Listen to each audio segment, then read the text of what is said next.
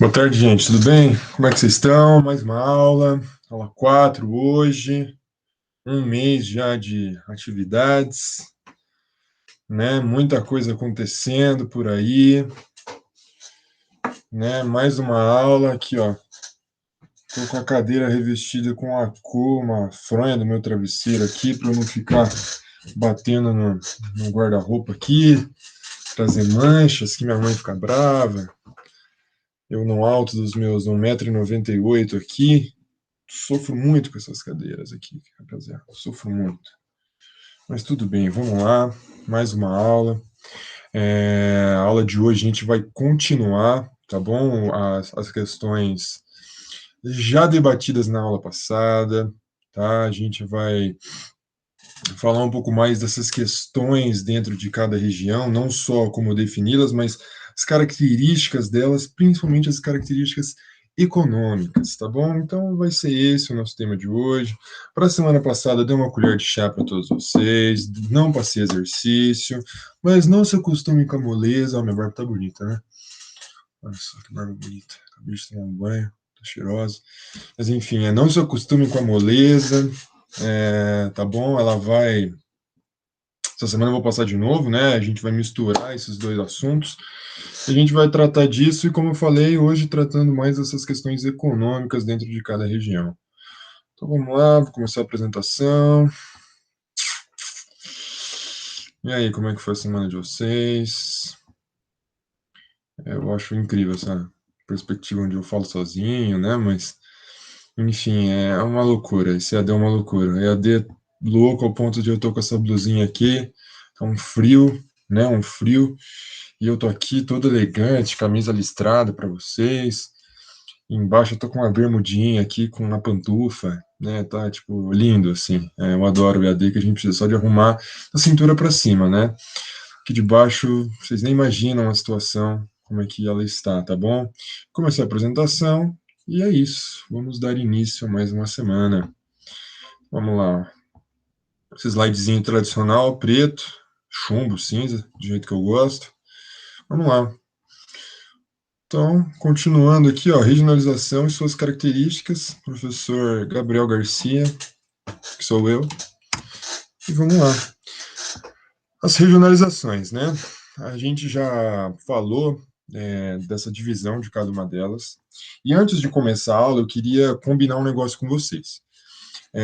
Eu quero que vocês prestem muita atenção quando eu for dividir essas regiões, porque eu dividi elas em complexos, tá? Que é a regionalização do Pinchas-Geiger, tá bom? Que são os três, que é aquela que não respeita os limites das fronteiriços de cada estado, né?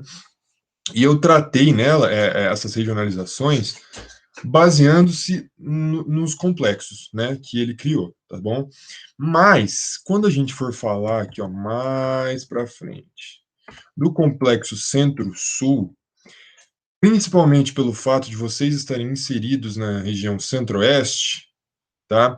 E a região Centro-Oeste a gente pode ver que ela é dividida ao meio, né, pelo menos em extensão, né, o estado do Mato Grosso do Sul não é afetado, o Goiás quase que inteiramente pertence a esse complexo, mas o estado do Mato Grosso ele tem essa divisão bem abrupta aqui, onde metade dele, né, o sulzinho aqui, ele faz parte desse complexo, o resto já está no complexo inserido, né, no complexo amazônico.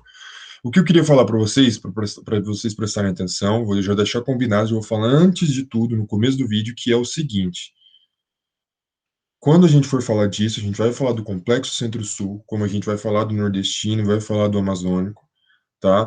A gente vai tratar características que são as mais comuns possíveis desses complexos. Quando vocês pensarem nele, vocês têm que ter isso na cabeça, ainda que dentro desses complexos, dessas regionalizações, isso não seja uma questão homogênea, isso não seja uma coisa uniforme, padronizada, e como a gente, principalmente no curso de geografia, eu quero que vocês pensem fora da caixa, não quero que vocês, ao pensarem em Nordeste, vão pensar só em seca, vão pensar só em miséria, gado morrendo de sede, não quero que vocês pensem nisso, assim como vocês pensam em região norte, não quero que vocês pensem só em população ribeirinha, população indígena, não, as regiões são muito mais do que isso.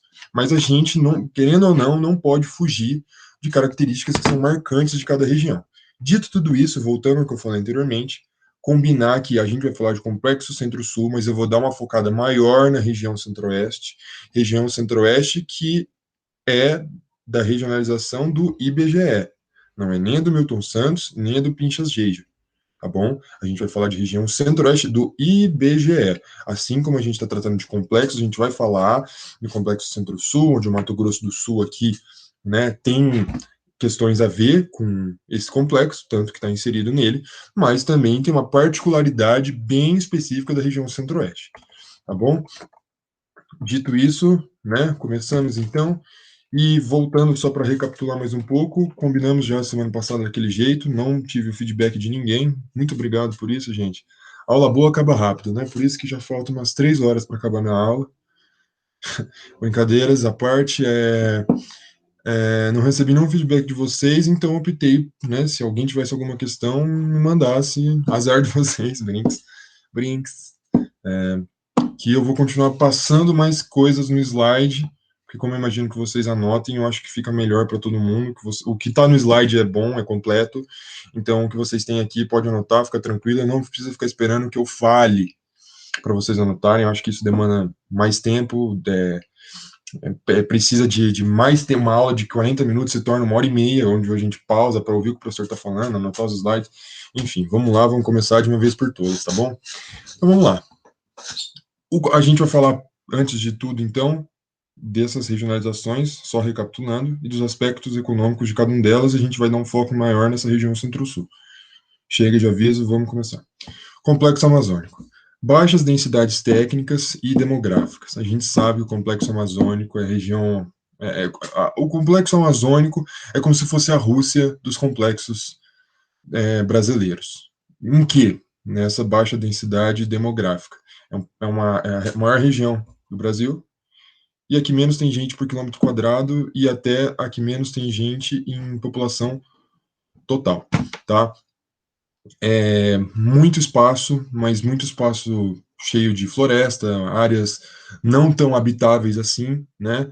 E a gente espera que continue assim, né? Que essa questão de desmatamento não avance, então ela tem uma baixa densidade demográfica e técnica. Vocês lembram o que o Milton Santos falava para definir a regionalização dele?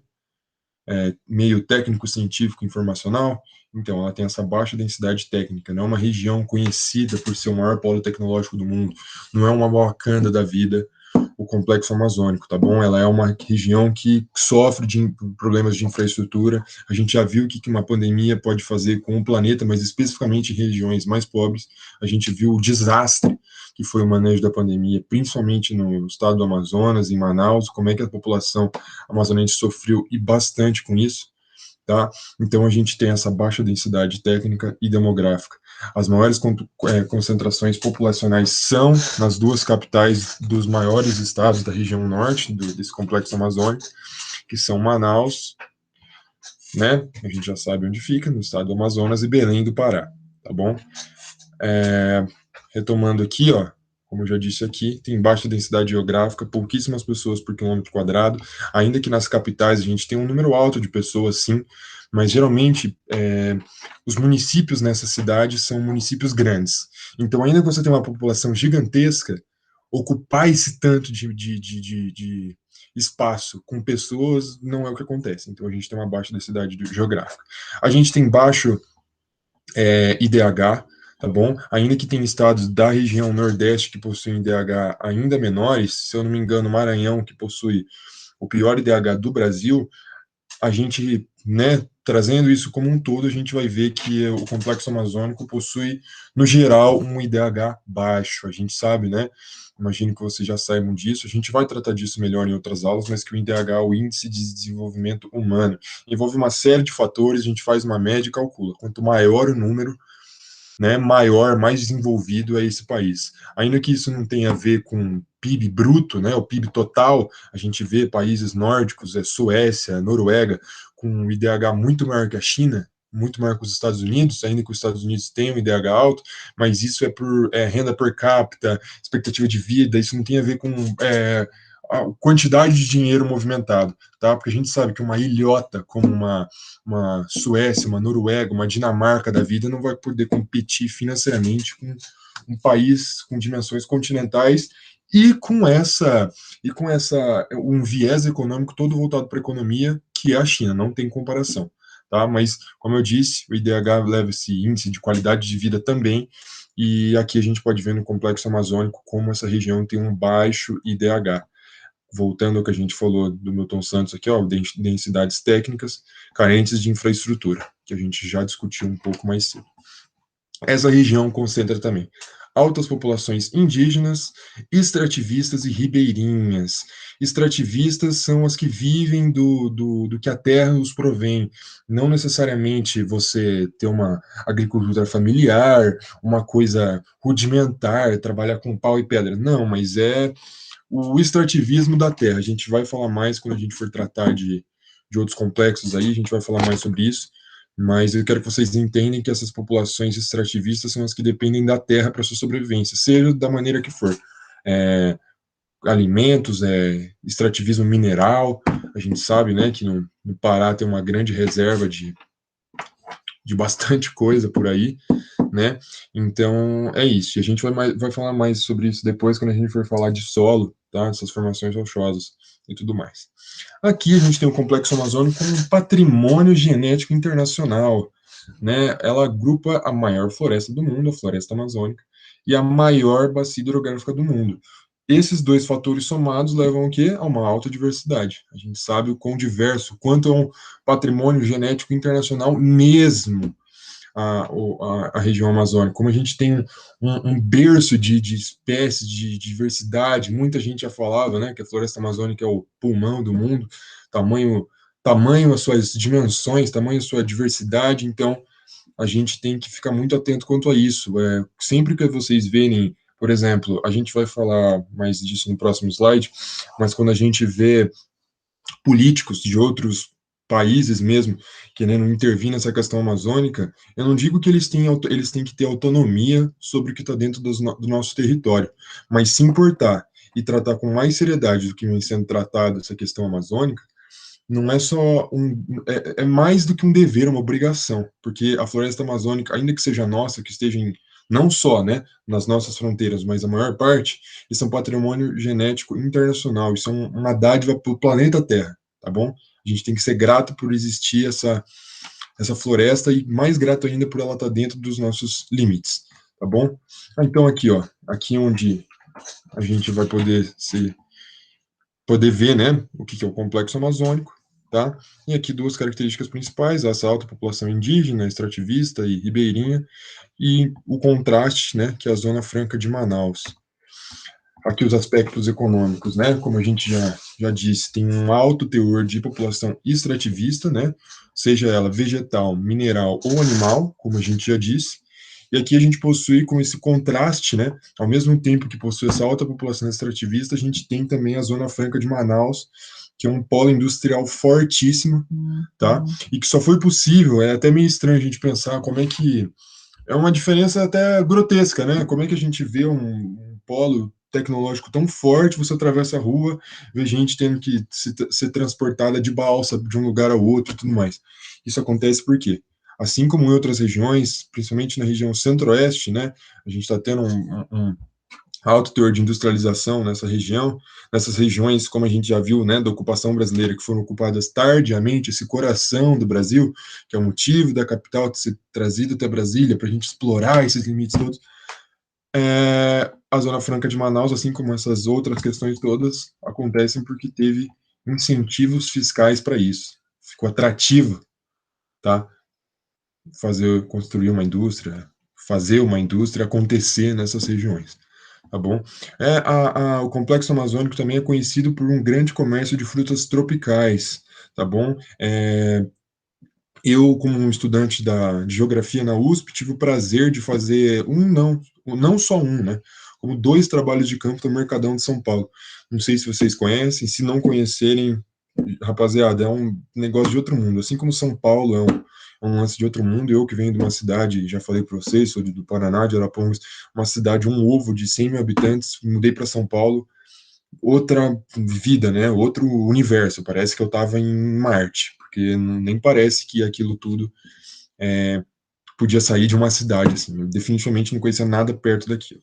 E daí, quando eu fui fazer não só um, como dois trabalhos de campo no Mercadão de São Paulo, a gente vê o quão diverso é esse planeta, o quão doido é essas questões todas. Eu mal sabia desse comércio de frutas tropicais, a gente vê lá no Mercadão fruta sendo vendida a R$ 500 o quilo, aí você vai e passa,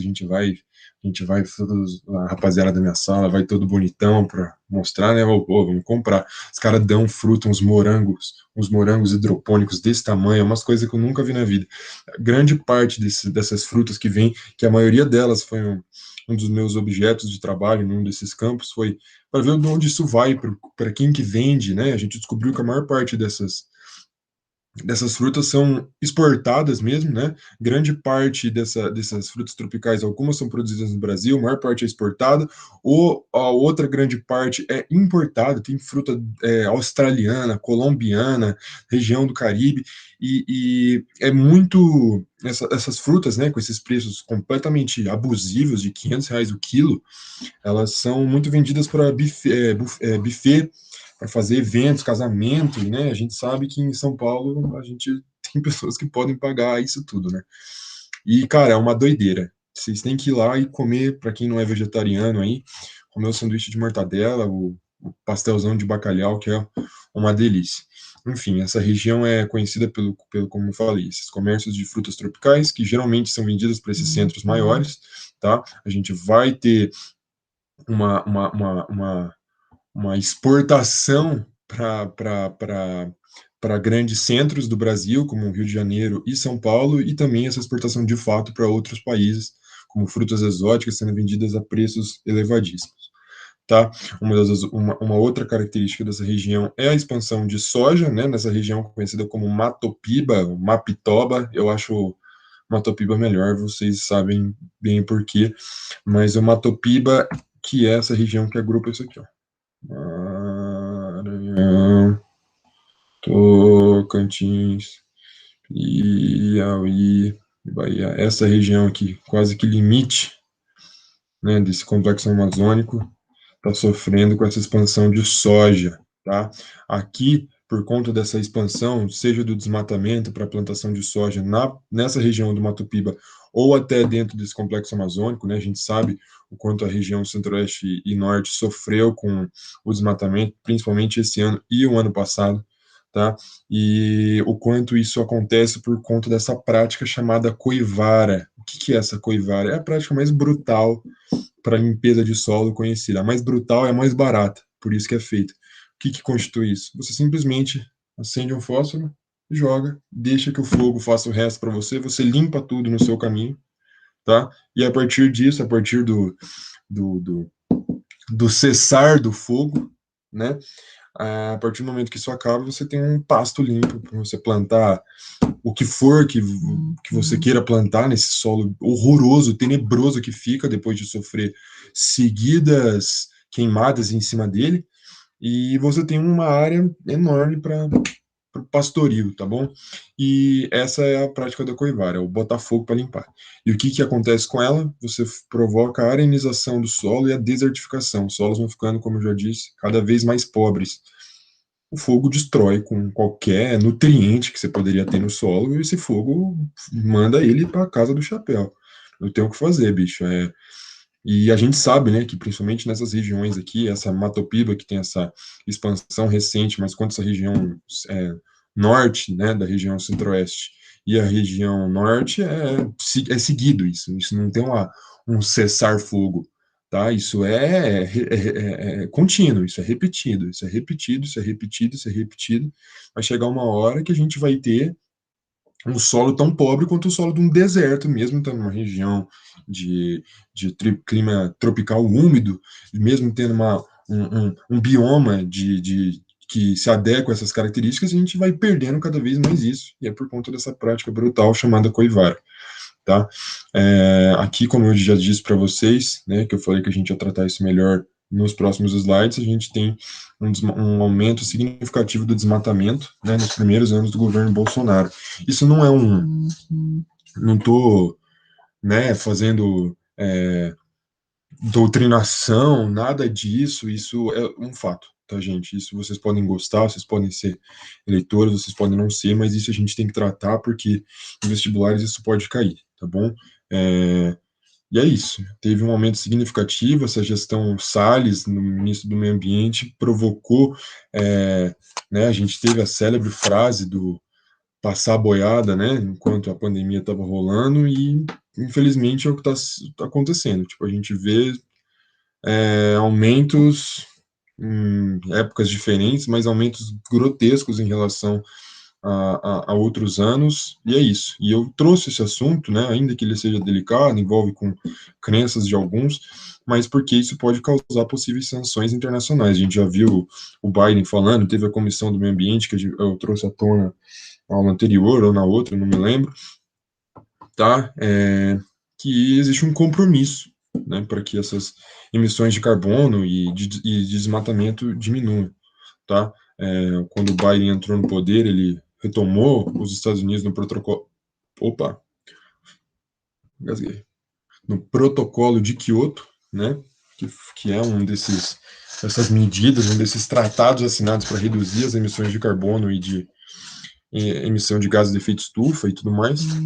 E a gente viu um discurso do nosso atual presidente, onde ele falava isso, e parece que eu vi a notícia, não sei se vocês chegaram a ver também, e no dia seguinte ele reduziu, fez um corte significativo de verbas que seriam destinadas ao Ministério do Meio Ambiente, tá bom? Então agora a gente acabou com essas características do complexo nordestino e a gente é do complexo amazônico, a gente vai falar do complexo nordestino agora, tá bom? Como vocês sabem, foi a primeira região a ser povoada, já falamos isso, né, quando a gente falou dessa ocupação brasileira, após esse descobrimento, tá? E ela apresenta uma agricultura pouco mecanizada se comparada à região centro-oeste. Região centro-oeste, como eu falei, dessa, que é o combinado que a gente já tinha feito, região centro-oeste na região do IBGE e a região concentrada que abrange região sul e sudeste, beleza? Então, é isso. Primeira região a ser povoada, agricultura pouco mecanizada, quando se comparada a esses centros com maiores valores técnicos, científicos e informacionais, tá bom? Aqui a gente vai dividir, primeiro eu vou apresentar um mapa para vocês, mas essa é uma divisão boa de como o Nordeste funciona, em relação aos biomas, em relação aos climas, em relação às terras e tudo mais. A gente vai ter essas quatro faixas, né? A gente vai ver que o meio norte é uma faixa de transição, assim como esse agreste, né, que é o meio termo entre a zona da mata, muito rica, muito povoada, aqui nos litorais, é onde concentra a maior parte da população, clima mais úmido e tudo mais, esse agreste, que é essa zona de transição, para o sertão total e absoluto, a seca que degrada o nosso Nordeste e tudo mais, e o meio norte, que também é outra faixa de transição, que a gente vai falar mais depois, do porquê que no Pinchas Geyser tem esse corte. Nos próximos slides aí a gente eu vou elucidar um pouco mais vocês, tá bom? Voltando, eu mostrei o mapa antes, acho que eu deveria ter colocado o mapa aqui e depois falar das zonas, mas como já está assim, mostrei o mapa primeiro. Zona da Mata, tá? Concentra a região mais populosa e povoada. Eu já falei para vocês. Não é coincidência, mas é a faixa litorânea, tá? A gente sabe que dentro dessa zona da mata, os maiores centros, os maiores polos são na cidade de Salvador, capital da Bahia, e de Recife, capital do Pernambuco, tá bom? Lá você possui grande atividade comercial, lá são cidades grandes, lá são cidades referências para toda não digo não só dentro dos próprios estados, mas dentro das próprias regiões ali, a gente pode colocar Fortaleza no Ceará também, mas os dois maiores centros não vai fugir disso aqui, é Salvador e Recife, tá bom? A gente vai ter aqui um grande polo petroquímico, tá? Principalmente em Camaçari, na Bahia. Acho que vocês já até ouviram em jornais falar o nome dessa cidade. E é aqui que a gente vai ter muitas refinarias e indústrias.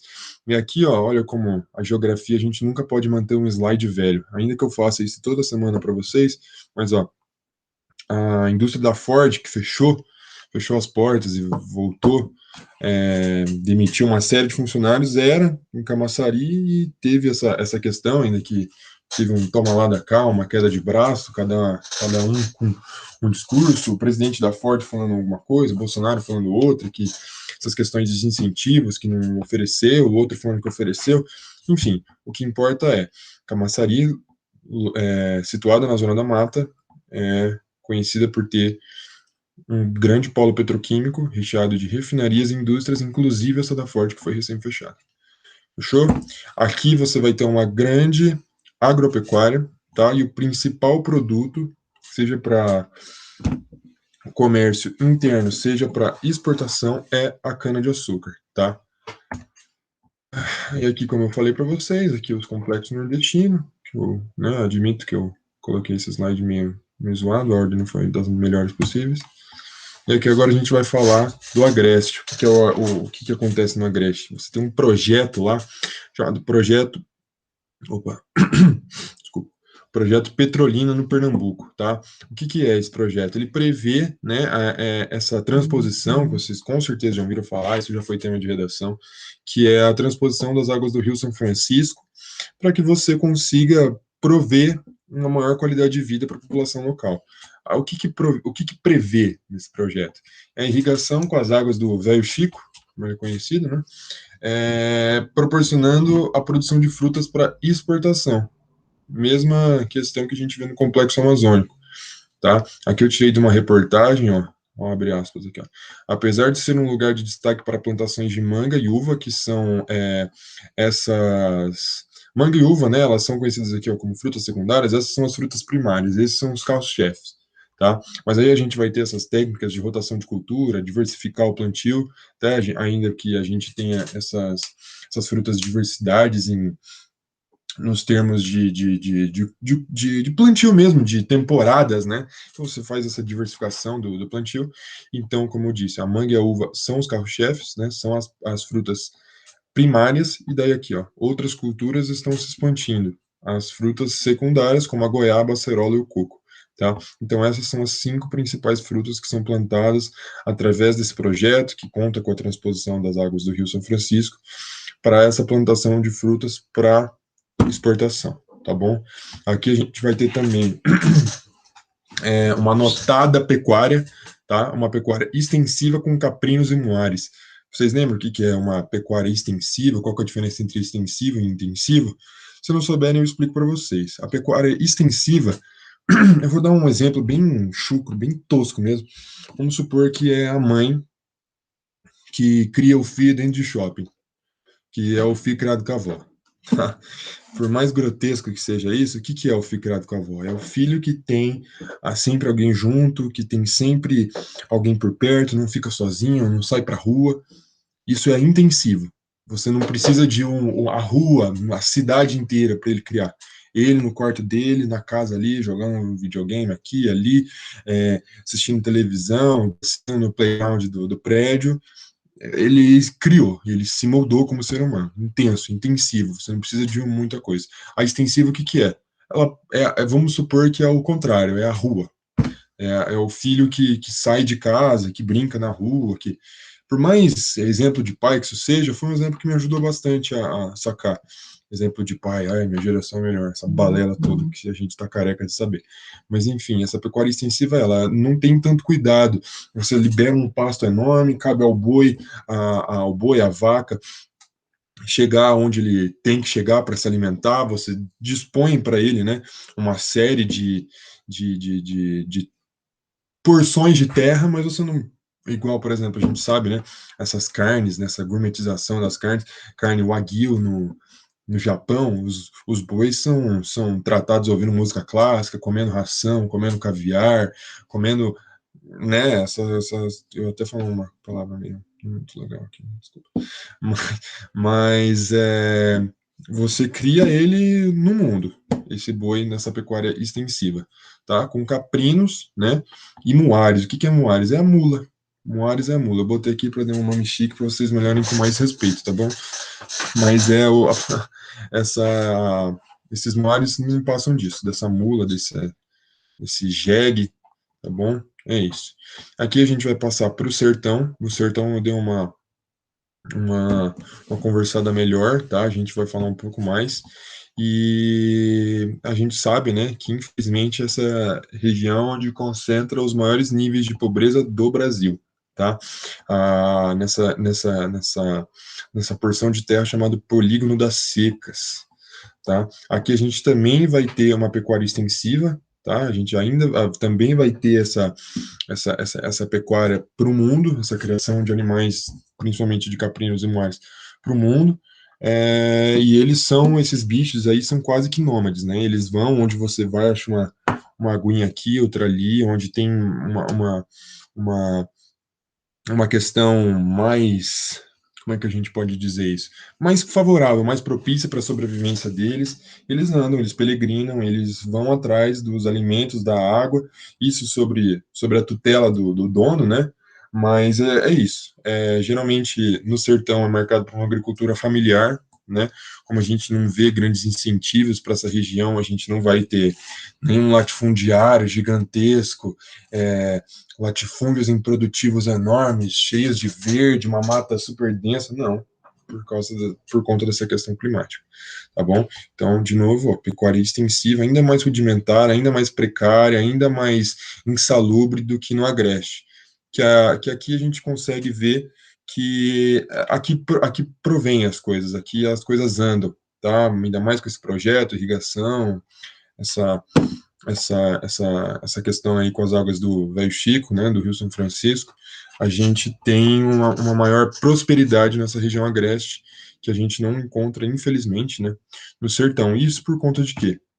Opa, isso aqui, ó, a indústria da seca. O que é a indústria da seca? Isso aqui é uma estratégia política. A gente sabe, né, como o político consegue ser canalha nesse Brasil.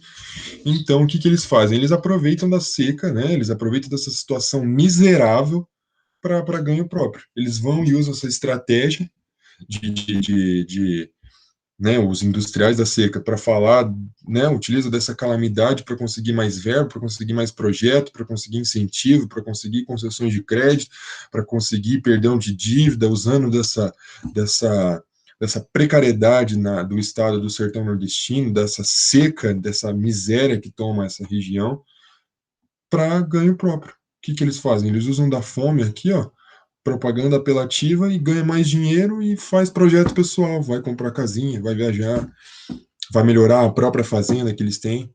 E a população continua aqui, ó, tendo que catar em balde, o jegue aqui, ó, arriando as pernas, cansado, porque isso era, ainda que hoje, né, a gente tem, a gente, eu não vou, a gente tem que ver, ainda que nesse contexto seja quase impossível, mas tentar ver o copo mais cheio, né? Não sei, mas ainda que a gente tem mais informações quanto a isso, ainda que quando essas questões acontecem, ainda a gente fica sabendo, tem jornais, tem, né, profissionais do jornalismo mesmo que vão atrás dessas coberturas e tudo mais, mas imagine isso aqui, que essa questão aqui acontece desde sempre, desde que o Brasil é Brasil, isso aqui já existe, mas imagina isso na década de 30, na década de 40, na década de 50, imagina que deve ser muito pior, né, na ditadura militar, onde você não podia falar absolutamente nada de irregularidades, se você fosse oposto ao que estava acontecendo, só a cabeça rolava. Mas enfim. E aqui eu trouxe aqui um exemplo, né, de como em situações climáticas parecidas você tem meios de sair dessa miséria, dessa seca tremenda que a gente encontra na região. Eu vou só pegar, antes de falar dessas outras aqui, mas olha aqui, ó, o Oriente Médio. Olha Dubai, rapaziada, olha o Catar, bicho. Os caras fazem negocinho na areia, no meio do mar, tem parque de diversão da Ferrari, tem um negócio de patinação no gelo, bicho. Lá vocês vão ver na Copa no que vem, mudar a data da Copa para adequar o clima da região, rapaziada. Lá é 45 graus na sombra, bicho. Lá era seco igual aqui, era areia pura, cara. E lá o negócio rolou, bicho. Então, isso aqui é falta de incentivo, isso aqui é falta de política do Estado em cima, rapaziada. Não tem outro esquema. Se o negócio, nenhum lugar tá fadado à miséria, nenhum lugar tá fadado a ser zoado, a ser falido, a ser quebrado, a ser um lugar de morte. Não tem isso. É o capitalismo desigual. Vai mais dinheiro em X lugares do que em Y. Aqui, ó, Israel, rapaziada. Preciso falar mais alguma coisa? A Califórnia é um negócio zoado, bicho. Saca? Olha Las Vegas, gente. É no meio de um deserto, não tinha nada, que lá foi construído. Sacou? Não existe lugar fadado à miséria. O lugar que continua assim é porque não teve política de apoio suficiente para tirar esse lugar dessa situação. Demorou? Aí aqui, ó, ainda falando do Nordeste, a gente tem o Meio Norte, que é um bioma conhecido como a Mata dos Cocais. Esse lugar, como eu falei lá, mostrei para vocês no mapa, a gente sabe que é um lugar de transição, tá? Ele é situado, por isso, né, que ainda que eu falei para vocês que eu ia fazer esse parênteses, é aquela região do Maranhão que pega metade da regionalização de Gejo, aí fica no Complexo Amazônico, outra metade fica no Nordeste. É por causa disso. Mas lá, como a gente sabe que não só aspectos econômicos e também de clima, de aspectos sociais influenciam nessa divisão do Geijo, a Mata dos Cocais é essa mata que divide também esses dois complexos, né, essas duas regiões, pegando um pedacinho daqui e outro dali, tá? E como eu disse, é um local de transição, situado entre as florestas úmidas da Amazônia e o clima semiárido do sertão, que é a Caatinga, tá? Aqui é o que eu acabei de falar para vocês. Aqui, essa região, né, no meio norte, na Mata dos Cocais, se essa região anda com um crescimento significativo no PIB, a população teve um, um avanço socioeconômico, deve-se muito a essas duas plantas aqui, tá? Essa primeira é a carnaúba, que ela se encontra mais predominantemente no estado do Maranhão, no Piauí, no Ceará e no Rio Grande do Norte, né, nas regiões mais secas, e aqui o babaçu, né? Os dois são palmeiras, né, diferentes espécies de palmeiras, tá? Mas o babaçu, né, ela é mais encontrado no Maranhão e no Piauí, onde é mais úmido, tá? Isso aqui é uma importante fonte de extrativismo para a população local, tá? E essa região, não só por isso, mas muito também por conta da frequência, da disposição dessas duas plantas, que são muito utilizadas, a gente vai ver onde e como depois, no próximo slide, ela é a região que possui os mais altos índices de extrativismo vegetal, tá? Do país, tá bom? Do babaçu e da carnaúba, a gente pode utilizar a cera, a glicerina, que é extraída dele, né, das duas plantas, do óleo, o álcool, feito das plantas também, e as fibras, tá? Eles são essenciais para a economia da região. Muita gente sobrevive disso, tá?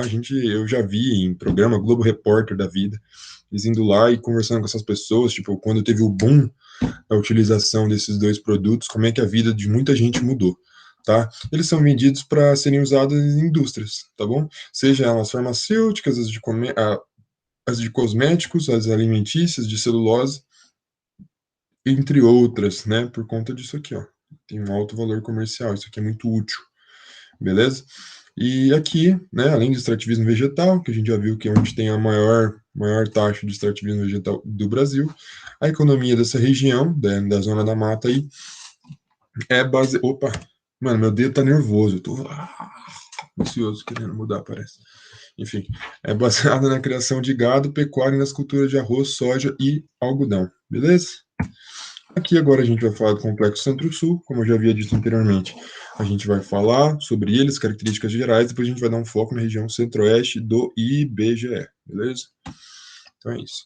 É a região que concentra a maior população, as maiores indústrias, os principais portos, os maiores aeroportos, os maiores shopping centers, os shopping centers mais completos, os maiores supermercados, as principais rodovias e infovias, e as maiores cidades e universidades. Universidades que me motivou, por exemplo, eu sair de uma cidadezinha no norte do Paraná e ir para São Paulo.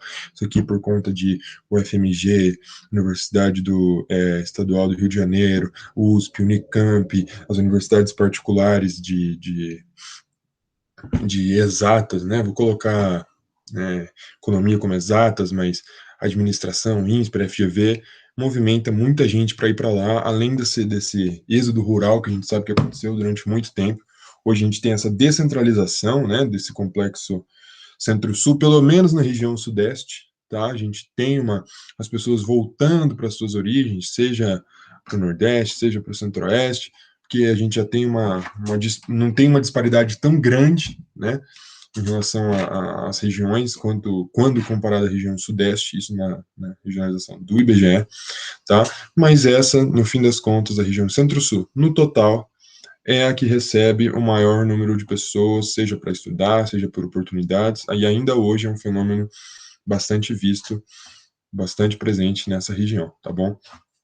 Então, aí, como a gente lembra da regionalização do Milton Santos, é a região que reúne os principais meios técnicos, científicos, tá difícil, e informacionais, tá? Abrange a maior parte das finanças do país. Muita gente fala, esse paulista tosco, que eu tinha o desprazer de ver quando a gente estava em aula normal, que falava, batia no peito, falava, ai, São Paulo é a locomotiva do Brasil, São Paulo, não sei o quê. A gente sabe que na história já teve movimentos separatistas, separar São Paulo, assim como o Rio Grande do Sul. Enfim, essa balela toda, mas ainda que seja a frase como um todo, esse ufanismo paulista tosquíssimo, né? No fim das contas, a gente sabe que pelo menos esse estado é o que tem a maior porcentagem do PIB, e para fins de vestibular, aí cabe o juízo de valor de cada um. Eu, por exemplo, como eu falei, acho isso uma babaquice tremenda, mas para fins de vestibular, a gente tem que saber isso, tá? Essa região possui uma agricultura globalizada, moderna, mecanizada e produtiva, diferente do que a gente acabou de ver, né? Como que a gente está falando de agropecuária extensiva, pouco produtiva, seca miséria, que é o contrário, beleza? Então vamos lá. Aqui a gente tem os aspectos econômicos regionais, que a gente vai falar um pouquinho de cada um. Depois, quando for se tratar da região centro-oeste, a gente volta com. Eu vou falar para vocês, fazer esse break, a gente vai falar um pouco mais sobre ele. Tá? Aqui a gente tem os Pampas, que são localizados no Rio Grande do Sul, tá? Apresenta forte presença da atividade pecuária, e ele vive um processo de arenização. Os solos estão cada vez mais pobres por lá também. Não é só através da coivara que você consegue esse apobrecimento do solo. Tem outros fatores que podem levar a isso. Mas, que aqui é o caso, não é uma região que a gente vê nos jornais, pô, Rio Grande do Sul em chamas, não é, mas vive esse mesmo processo de arenização. E aqui a gente tem o tropismo como maior importância histórica, tá bom? Os tropeiros saíram lá do Rio Grande, tchê, mas bah, enfim, brincadeira, gente. Gaúchos, amo todos, tipo, né, mas eu só acho umas bar diferente, tá? Enfim, o Vale do Itajaí, que fica em Santa Catarina, tá? Tem como as principais cidades Joinville e Blumenau, apresenta as indústrias metamecânicas e têxteis, com forte polo tecnológico no âmbito mecânico e elétrico. Por isso que muita gente sai de onde for e quer prestar vestibular na UFSC, quer fazer engenharia na UFSC. Lá tem muita indústria que recebe, que capta esses engenheiros recém-formados ali na Federal de Santa Catarina, tá bom? Localiza aqui também a maior empresa brasileira fabricante de camisetas de malha e a segunda maior do mundo. Então aqui, ó, como a gente falou, ó, têxteis, ó, isso aqui é só a representação disso que a gente já falou. É o maior produtor também, né, nesse viés têxtil ainda, maior produtor de linhas para crochê e fitas elétricas elásticas, perdão, da América Latina. E aqui a gente tem o ônus da região, o ônus máximo dessa região, que é sofrer recorrentemente por enchentes. Itajaí está sempre alagada, é, Balneário Camboriú, uma região que apresenta, né, todo verão, todo fim de ano, todo começo de ano, vai ter alguma notícia zoada em relação a essa cidade, a falta de planejamento, enfim, isso em Camboriú no caso, mas as outras é porque lá chove mesmo, são questões naturais, beleza? A gente vê, não faz muito tempo, mas nos últimos anos isso vem dando uma parada, tá? Mas sofre muito com desabamento também, soterramento de pessoas, é um horror, tá? Enfim, é uma região que sofre bastante com essas questões climáticas, principalmente de chuva e as consequências dela, por exemplo, esses desabamentos, né? Que são consequências dessa chuva exagerada, beleza? Aqui a gente vai ter o Vale do Paraíba, falando um pouco mais da região sudeste, né? Essa região metropolitana de São Paulo. Como a gente já disse, falou quando a gente introduziu esse complexo centro-sul, esse complexo centro-sul, essa região concentrada, né, que é as regiões conhecidas por serem o tecnopolo brasileiro. Quando a gente pensa em referência infográfica, tecnográfica, informacional, a gente vai pensar na região sudeste, nessa região aqui do Vale do Paraíba e a região metropolitana de São Paulo, que é aqui onde abriga o ITA, a Embraer e o INPE, tá? Aqui a gente vai ter uma grande densidade demográfica, aqui onde vai ter a maior, não só a quantidade de pessoas, mas com a maior quantidade de pessoas por quilômetro quadrado. A gente sabe que o Rio de Janeiro é um ovo, Rio de Janeiro é um nada, né? E como tem gente naquela cidade, tá? Então, densidade demográfica por quilômetro quadrado, muita gente, e é isso, tá? ABC, maior concentração de indústrias do país, né? A ABC Paulista. Aqui, a gente sabe que surgiu, foi daqui que surgiu o ex-presidente, né? Nesses atos de siderúrgicos e tudo mais, né? O São Bernardo do Campo, enfim, ele veio do ABC, né? Que é a maior concentração de indústrias do país, com foco na automobilística e na indústria química, tá? Como eu falei para vocês, por conta das universidades, aqui recebe muitos estudantes, é nessa região principalmente, tá? E aqui essa região sofre de seríssimos problemas urbanos, tá? Um crescimento muito rápido, muito acelerado, muita gente vindo, muita gente chegando, nada planejado, não teve uma estrutura necessária para abranger esse tanto de gente. Então, sofre de enchente, sofre de muita desigualdade social, e é isso, tá bom? Que a gente vai passar então para o Triângulo Mineiro, né, que é conhecido pelas suas indústrias logísticas, as indústrias de tabaco e a criação em larga escala do boi zebu em Uberlândia. Eu até trouxe ele aqui para vocês. Ó. A gente ia falando de outras coisas, mas eu trouxe ele ali. Belo boi, né? Faz tão coração, assim. Legal. Mas enfim, a criação em larga escala do Boi Zebu em Uberlândia e Uberaba, essas duas cidades, eu não me lembro qual, me desculpa, mas acho que é Uberaba, é conhecida como a cidade do Boi Zebu, tá? Ainda em Minas Gerais, no quadrilátero ferrífero, onde 60% da produção nacional de ferro é extraída, e ouro e manganês são outros minerais, né, que são fortes na região, tem uma produção interessante, tá? Como eu falei, quadrilátero ferrífero, entre outras questões que vão falar, quando a gente for falar de solo, de terra, de formação geológica, a gente vai introduzir mais sobre eles, mas aqui a gente está falando só do aspecto econômico, tá? Então aqui, o que sai do quadrilátero ferrífero, né, o ferro que sai daqui, se torna combustível, o ferro principalmente se torna combustível para as siderúrgicas de todo o país. A maior parte desses minérios, né, que são usados para outros lugares, vem dessa região, do quadrilátero ferrífero, tá bom? Aqui, ó. Como eu falei para vocês, fiz essa divisão, os estados que compreendem o centro-oeste, nessa regionalização do IBGE. Se a gente for pegar centro-sul, ele não vai nem estar aqui, na Amazônica é dividido, então, foco, como eu falei, estou sempre ressaltando isso para que não fique confuso, para que daí não haja dúvida, para que fale, o professor falou que é isso aqui em uma hora, aí o outro falou que é outro. Não, agora eu estou falando da região do IBGE, beleza? Então vamos lá. Os estados, né, que compreendem a região centro-oeste foram que mais tiveram crescimento nos primeiros semestres de 20 e 21, né? Nesse contexto pandêmico, por que foi a região centro-oeste que mais cresceu? Por quê? Por conta desses problemas, as commodities, os preços delas ficaram em alto, subiram, tá? E as atividades agrícolas, diferentemente de atividades industriais, onde você prevê uma série de pessoas confinadas dentro de um espaço fechado, né, a gente sabe que atividades agrícolas não precisa disso. Geralmente uma pessoa numa máquina vai, faz a colheita, tem outras questões, é claro, né, que abrangem tudo isso, mas elas talvez sejam as atividades econômicas que menos sofreram, né, com essa questão da pandemia, por conta de não terem tantas restrições no seu funcionamento. Você não tem tantas normas, tantas variáveis que você precisa controlar quando você está falando de plantio e colheita e tudo mais. Beleza?